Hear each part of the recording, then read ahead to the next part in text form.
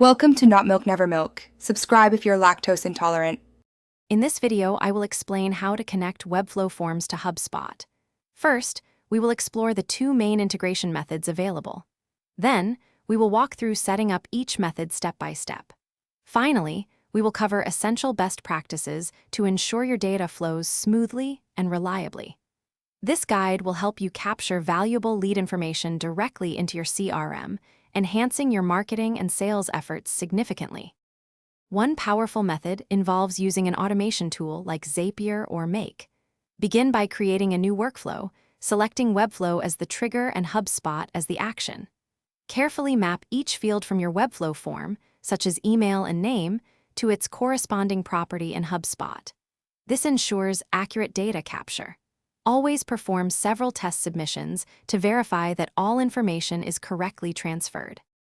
Alternatively, you can embed Hubspot forms directly into your Webflow site. First, design your form within Hubspot, customizing fields and styling as needed.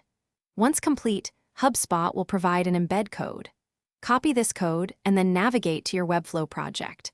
Drag an embed element onto your page where you want the form to appear and paste the Hubspot code into it. This method offers native Hubspot tracking. Regardless of your chosen method, thorough testing is crucial. Submit at least 5 test entries to ensure all fields map correctly and data appears in Hubspot as expected. Regularly review your data mapping, especially after any form or Hubspot property changes. Monitor your form's performance and submission rates within Hubspot to identify any potential issues or areas for optimization. This proactive approach ensures a robust integration.